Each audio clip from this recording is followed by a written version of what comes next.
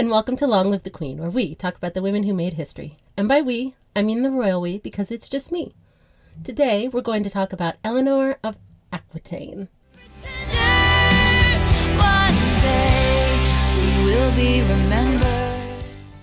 So then word on the street is that Henry started a new affair with 16-year-old Alice of France. Oh, no. Right? Wasn't that Richard's betrothed? Mm-hmm. Yeah. So she was betrothed to his son Richard and was also the daughter of Eleanor's ex-husband Louis VII. It's also weird. Right? King Louis was alarmed at this news. He was like, wait a minute, no, I don't think so. First you take my ex-wife and then you take my daughter? Mm-hmm. Oh, I would be so mad if I was Louis. And remember, he's this super religious guy who's like, God finally loves me again. And now everyone's just stealing all my women. Oh my goodness. And now Richard didn't really want to marry Alice anymore because she was sleeping with his dad.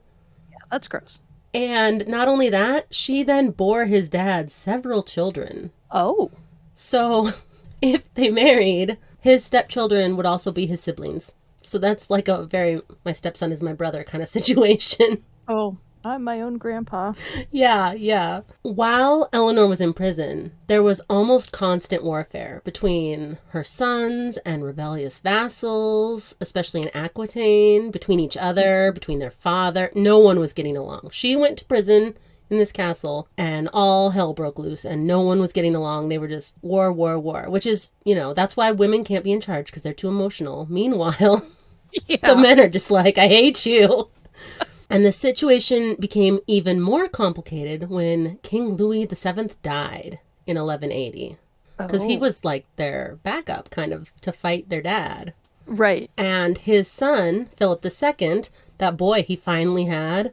Mm-hmm. So his brother-in-law, Philip, was like, you know what? I don't think you guys should be in charge in France. Like, you have way too much land in France. I'm the king of France. So if you guys can't listen to me, you shouldn't get this land. And he made it his mission to take back the French land, Aquitaine and Normandy and all those lands back. Okay. And he did that by exploiting the conflicts in the dysfunctional family of Eleanor's. That's the quote. So they're dysfunctional, and he was like, yeah, I see that. I'm going to definitely do this. So when young King Henry died in 1183 at the age of 28, Henry sent word to Eleanor to inform her of her son's death. He later described how she told him she had a premonition in a dream that he would die. She had a dream that her son was going to die, and then Henry came and said, oh, by the way, he died. Oh. So that's... But I mean, also, they were all at war, and she's in house arrest, probably feeling like she has no power. Like, that sounds like an anxiety dream to me. Like, right. If I was in house arrest in a castle, and my husband and my kids were fighting, like war fighting, I'd probably have nightmares that they died too, right? Yeah, absolutely. Many years later, she related to Pope Celestine III how much she was tortured by the memories of her son and his death. Oh. And it changed the family dynamics completely because now Richard was the heir of both his mother and his father. Ah. And there's a whole argument because, so when Henry died, his wife was the half-sister of the King of France now. And the King of France was like, well, you can't have that. You're a woman. You can't just have stuff. Which, not true, by the way. If you're a widow, you can have stuff. Especially if your husband leaves it to you. But he was like, no, I'm going to take it because boobs. Right? So Henry, the King of England, said the same thing basically except for him. Like, well, that was my son's land, so it's not going to go to his wife. She was basically screwed. Like, either her brother was going to take it for France or her father-in-law was going to take it for England. But everyone was agreeing that she could be married off to somebody else. Yes. Everyone was like, yeah, you have no say in your life. But and her name was Princess Marguerite. Is that correct? Yes, Princess Marguerite. Yeah. And it was around this time that it seems... like maybe he had some compassion for his wife because her house arrest started loosening up a little bit. Like it wasn't quite, I mean, she was still on house arrest for sure, but it wasn't quite as strict as it had been before. And well, I really feel part of the driving force of the rebellion was probably the young King Henry. Yeah, he was the main, I mean, he was the bad influence, right? He was the one who's like, I'm going to go over to France and get some help. And then his brothers were like, I'll come with you. Well, he's kept them apart for so long. Yeah, and Richard is getting everything so Eleanor should be happy. Yes, yes.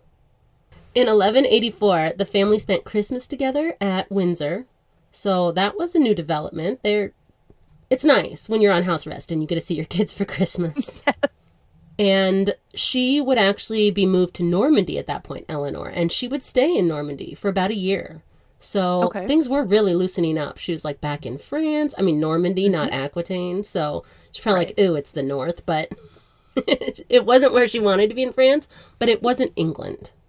It was a step closer. Yes. She's like real close to being able to dress up like a man and escape to Aquitaine. And then we don't hear a lot about her because they don't write a lot about her. So she's still just imprisoned. Mm-hmm. And then her son, Geoffrey, died. The one who was named after the brother-in-law, who was not great. He also died, leaving her only 2 male heirs, Richard and John. Okay. But they had some beef because of inheritance. John Lackland wasn't like, oh, and now Richard just gets everything. I think in his mind, if Richard was now the heir of England, John should have been the heir of Aquitaine or the other way around. Right. But I guess splitting stuff up was not how he was doing it anymore. He was still like, no, sorry. I mean, John had some land at this point, but he wasn't going to be the king.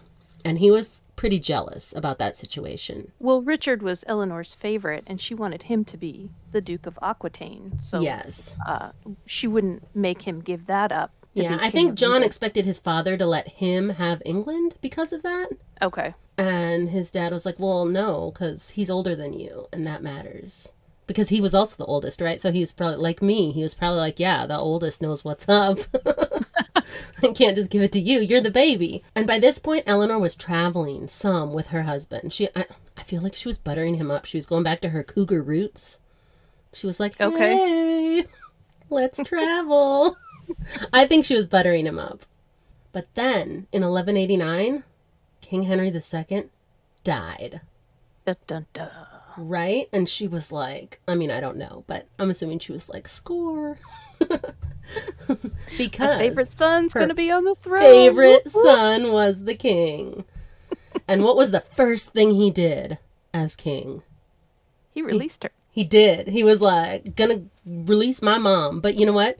When his people got there to order her released, she'd already been released. The people who had her were like, oh shoot, the king's dead. Get her out of here. Get her out of here. The new king's not going to be happy. She was already out. He didn't even need to do it. They just let her go. As soon as Henry died, she was released. Which, I feel like that was smart of them. Because they knew that Richard was her favorite child. And that was the first thing he did. And Richard was still in France at that point. He was in Aquitaine. So it wasn't like he didn't go there in person. But he sent his people. And they were scared of him from there. They were like, oh, the king's on his way. The other king died. We're in trouble. Richard didn't actually come back from France. He just put his mom in charge. Oh, really? He was like, why don't you rule for me for now? Like, this whole back and forth thing, I don't want to do it. He liked France too, so he didn't want to really come back. Well, he was crowned in Westminster. He was. He was the king, for sure. But he spent his time in France. Okay. And Eleanor started signing her name, Eleanor, by the grace of God, Queen of England. And then she started repealing all of her husband's laws that she didn't agree with. She's like, nope, nope, nope, nope. She's setting everything back to the way she wanted it. And at this time, I believe she was 66? Yes, that sounds right. She's getting older, and she was still in good health. She had that house arrest, but it seems like she did okay. She still was attractive. She still had her look. She still had her health. She was a young 66. Good for her. Yeah. But also her sons weren't married, because remember, Richard's betrothed was sleeping with Alice. His dad, and he was like, I don't know. And Prince John was betrothed to his cousin Isabella, because that's who you... For a man who was like, maybe we should get divorced because we're third cousins, and then he betroths his son to his son's cousin Isabella. I don't know. Again, how many choices do you have? I guess. When everyone's your cousin. Yeah. And they didn't, you can't add a peasant in. Like, who wants that? Ew. Right? Peasants. Can't have the small folk, they're too much. They don't know what's going on with the house. They wouldn't understand house arrest and war and all that stuff. And so on the 3rd of September, Richard was crowned at Westminster Abbey, and Eleanor and John were both there to see him crowned. And Richard was like, okay, now that I'm king, I'm going to do what I want to do. Time for the Third Crusade. Remember, his mom and her ex-husband went on the Second Crusade. Now it's time for the Third Crusade. And Richard was in. And I don't know how Eleanor would have felt about this. Like, she went on crusade, so she couldn't have been opposed to it. But also, I feel like it's scarier when your kid goes to war. Well, and having been there and seen it, maybe she's like, nah, you don't want to do that. Yeah. Like, my ex-husband did not fare well. He got attacked a lot, and it was not good. But Richard has the army of Aquitaine. So maybe she was like, with the army of Aquitaine, and maybe he has the war skills of his father, maybe he'll do better. Like, if we're honest, Louis never should have gone on crusade. Like, Louis was very religious, and that's why he went on crusade, but he wasn't really the war guy. Right. Richard was. Richard is, like, the main war guy. That was his thing, crusading. During this time, Eleanor sent Prince John to England to kind of take over that area while she traveled to Navarre because she was looking for a new wife for her oldest son. So John was in England messing things up, basically. The whole Magna Carta thing is about to happen because John was not good. John is that evil prince from Robin Hood that's always doing a bad job running the country. Yeah. That's John. So Sir is. Yes, exactly. He wanted to be king so bad, but he just wasn't very good at it. And she went to Navarre to meet 25-year-old Berengaria and Berengaria's father, because Berengaria was going to marry Richard. That was the new plan, because he didn't want Alice anymore. Right. With all his sibling children. So Berengaria from Navarre was next up, and that was her job to set that up. Because of that, then the King of France, who is the half-brother of the jilted Alice, jilted, I don't know if we can say that, but Philip was like, you can't just ditch my sister, even if she did have your dad's kids. And so he took Joan prisoner, Richard's sister Joan prisoner. Okay. And was like, well, you're going to ditch my sister, then I'm going to hold your sister captive. And so that's then... just a classy move. Right? Like, I know you are, but what am I? It's kind of very childish. But by March 1191, Richard had finally secured his sister's release, so he did make that a priority. And then he went to meet Eleanor and Berengaria to meet his new betrothed. Mm-hmm. And Berengaria was put in his sister's custody. The sister he just got released. Okay. He put Berengaria with Joan. And he was like, you keep track of her. You be... She wasn't a prisoner, but she was also not free to leave. This was a contract. Do we know the ages? Berengaria was 25. Okay. Joan, I think, was a little bit older. So Berengaria, not much. They were close kind of in an age. Old maid then. Kind of, yeah. She was on her last legs at 25. She's falling apart. Like, probably can't even have kids anymore. But she needs a walker. At the time, believe it or not, 25 was actually an average age to get married for peasants. Okay. So she might have just been seen as, like, lower class. Maybe. Because the people who got married at 3, 4, 5 were the rich people who needed the contracts and needed to nail that down when their kids were still in pre-K. But peasants, it was like now. Like, they're getting married 25, 26, 27. So they probably were just like, oh, it's a poor girl. But it's a poor girl who doesn't have kids with your dad. Yeah. So, and she wasn't actually poor. She's just apparently living the poor life by being an old maid at 25. And she might have had titles, but no money. Exactly. She wasn't a threat. Okay. She was, the wife who was going to bear the children. That's what they wanted. Spoiler alert. I know. No children. No children. No. And, he was busy. He really liked to crusade. He didn't have time for having babies. Well, and I know there were rumors that he may have been homosexual. There were. I think those rumors were squashed. Yeah, I They were. think it was one of those like, well, he's not having kids with his wife, so that must be it. But there's lots of reasons. I mean, there's people now who Yeah. don't have kids for various reasons. Mm-hmm. And just not wanting kids is probably, like, now that's a reason. Back then, there wasn't as much birth control, and that would have been your duty. But people have trouble getting pregnant. People Mm-hmm. are, when people are on Yep. crusade for years and years, what are you going to do? She was not like her mother in law. She's not like, I'll go with you on crusade. Right. She was probably very submissive. Yes, she was young, younger than him for sure, and she was basically just doing what she was told. Right. Did he actually do anything of note while in the Crusades? Or did he just go fight, lose, and then get kidnapped on his way back? I mean, I think he thought he was a big deal. He did better than Louis, Okay. but I wouldn't say he was like. I mean, it was his main thing, but kind of just because that was his main thing he liked to do, I think. So meanwhile, Richard's on crusade. John is in England, and he's like, I'm the heir. My brother doesn't have any kids, so I'm his heir. So I'm basically king. And he was Right. trying to consolidate power, and he was basically like, well, you guys can just call me king. And people are like, but you're not. You're the prince regent. And he was like, yeah, but what's the difference really, And so with Richard now betrothed to Berengaria, the King of France wanted his half-sister back, Alice, but she was still Eleanor still had Alice, Okay. which I think is kind of BS because, like, they had her daughter, and I'm sure she didn't appreciate that. And she can't just be like, let's trade, here, have Alice back, and I'll take Right. my daughter. But I also, mean, I don't maybe even know Alice why wanted she to would. stay. Yeah, I don't Her know why children Eleanor would be there. want Alice to hang around. Right? With all her husband's kids. Mm-hmm. Maybe, I mean, that might have been why. Maybe she was like, no, you can't just sleep with my husband and then just go off on your merry way. She should have let her go back, I think. Yeah.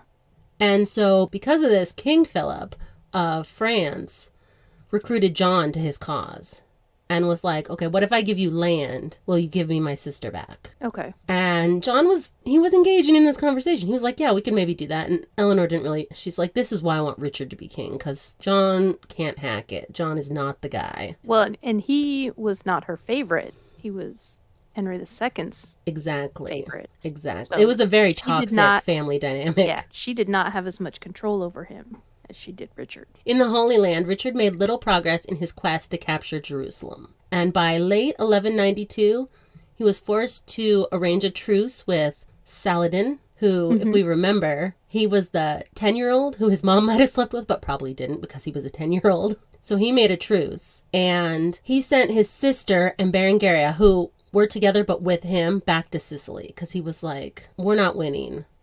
So sister and wife, you go somewhere else where it's safer. And then he Okay. followed in October. But then his whereabouts are unknown because he kind of crashed behind enemy lines and he went missing. They were like, where'd the king go? He just, no idea. Kind of a terrible thing to misplace. Yeah, definitely. Especially when John's the one in charge of England at the moment. Like, we can't afford to lose Richard. So Eleanor found out because John was not really interested in finding his brother. He was like, oh, score. Like, he's gone. I'm not the heir. If he's dead, I'm the king. Sucker. So he was totally cool. And they had a relationship where, I mean, he knew that Richard was his mom's favorite, right? So he was like, good riddance. But Eleanor found out that her son had been taken prisoner by Duke Leopold. Richard, when he was behind enemy lines, all trapped, he crossed into Austria and was recognized and apprehended. So Leopold had him. And Leopold He should have dressed like a beggar like Louis did. he should have taken more notes. Leopold informed the Holy Roman Emperor, because they were bros, and handed him over. He's like, look, I have this guy. I don't really want to deal with this. His mom's going to be real mad. She's dramatic. So here, you have her. And handed him over, which worst case scenario, because he wasn't just going to like send him home. And Eleanor went to the Pope and was like, can you help me out? Like, that's your guy, kind of, right? Like, my son went on crusade with you. And the Pope was like, no, sorry, not my problem. I'm not getting involved. Which had to be Wow. a disappointment. Yeah. Considering the last pope she met made her have sex in his bed. Right? So eventually, a truce was figured out with Prince John in April. And they decided that for 100,000 silver marks and hostages, Richard would be released, which that's a lot of money. Mm-hmm. A lot of money. Scotland had just bought their independence back from England for, I think, 15,000 marks. Wow. The king was going to cost 100,000 marks. So the king is worth, I don't even know how many times the Kingdom of Scotland was worth. Wow. So that's a lot of money. And around this time, she received the first letter from him since his capture. And he was urging her to accept it. He was like, yes, we'll pay it. We'll pay it. Send all the hostages. I will make sure it gets paid. That's why they needed the hostages, because they didn't just have 100,000 marks. So they would send the hostages, they'd release him, and if he didn't pay, those hostages would be killed. And while Richard was imprisoned, he wrote a song. No man imprisoned tells his story rightfully as if he were not sorrowful, but for comfort he can write a song. I have many friends, but poor are their gifts. Shame on them, if for my ransom I must be 2 winters imprisoned. It is well known by my men and my barons, English, Norman, Poitevin, and Gascon, that I do not have the poorest companion whom I would leave to remain in prison. I don't say this for their reproach, but still I am imprisoned. Oh, and that's when Eleanor found out that her ex-husband's son, King Philip of France, and her son, not her favorite, Prince John, had outbid her for Richard's custody. But their agreement was that he stay in prison. They're like, we'll pay you more to keep him. Oh my goodness. She was like, are you effing kidding me? I just spent all this time trying to figure this out. And now you're just going to pay more to keep him there? Because John really, really wanted to be king. Yeah.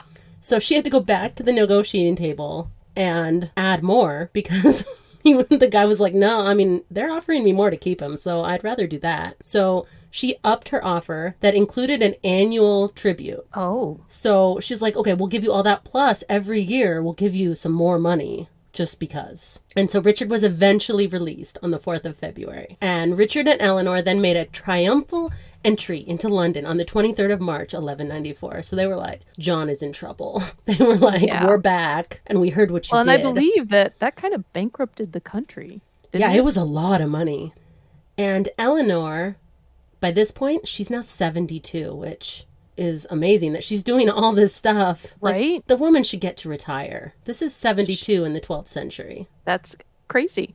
Yeah. So then she decides, you know what, maybe I do want to be a nun because I'm 72 and like I lived a pretty badass life and I'm tired. And my kids are a lot and you know, maybe I'm just going to go have my retirement in this nunnery. And Richard was, from that point on, basically at perpetual war with the French king. They did not get along. Okay. And he kept having to try and protect Normandy, which was his father's land. And then there's Aquitaine, his mother's land. And they fought. And then in 1199, at the age of 41, King Richard got shot through the shoulder with a crossbow arrow.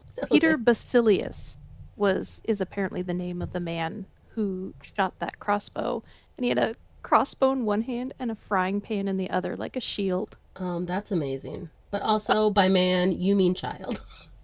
Because even at the time, they said it was a kid. It was a young child. He popped up behind the wall, had a crossbow and a frying pan, and shot the king. The frying pan thing is amazing. He's very Rapunzel of him. Yes.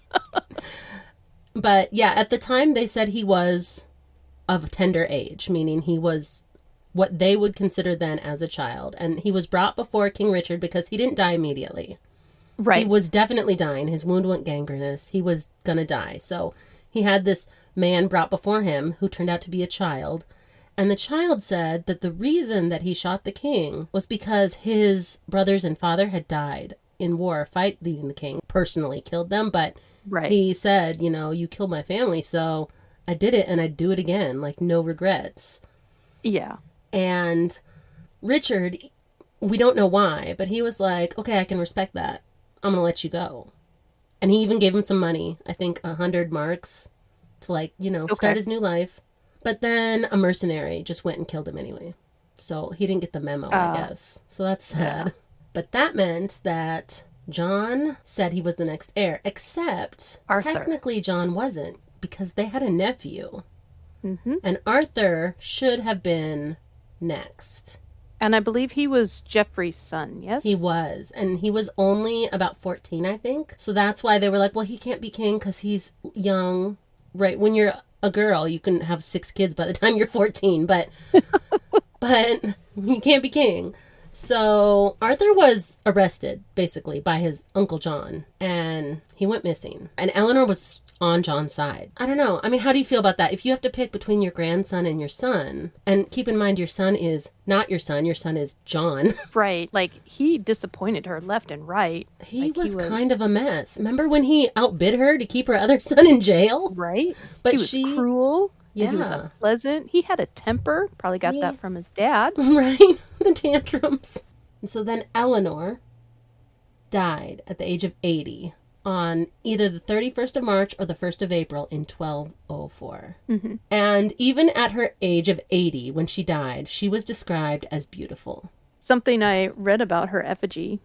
She was buried beside Henry II and her sons Henry and Richard I. And her effigy on her tomb had her showing in her prime of her life, so very young, attractive, and she had an open book in her hands to indicate intelligence. Yeah, and I mean, that is kind of the reputation she had. She was witty and intelligent and clever. By the time of Eleanor's death, when she was 80, she had outlived all of her children except for 2. Oh, wow. Her daughter Eleanor and her son John were the only 2 of her children still alive because she lived so long. Right. And her descendants were the rulers of England, France, Sicily, Castile, Jerusalem, and the Holy Roman Empire. So she really did a good job marrying her kids off to everyone in the world. Yes. And in England specifically, her descendants would reign until the year 1485. When Richard III was killed by Henry Tudor. Okay. And because we don't have a lot of information about her, in the words of one chronicler who was describing her after her death, she was the wife of 2 kings and the mother of 3 kings. So, what did you think of Eleanor of Aquitaine? I thought she was savage and she was powerful as she could be, as a woman could be, and quite an interesting person. She was crazy amazing. I like to imagine her glamping on crusade. And like successfully, because she was like, I'm glamping and I'm faster than you. So I'm going to go on this crusade thing, and left her husband in the dust. Yeah. My tent's better. Thank you for joining me for this podcast. This was so much fun. Thanks for asking me. I had a really great time. You need to come back. We need to do more. I would love to. This is super fun. You'll be remembered.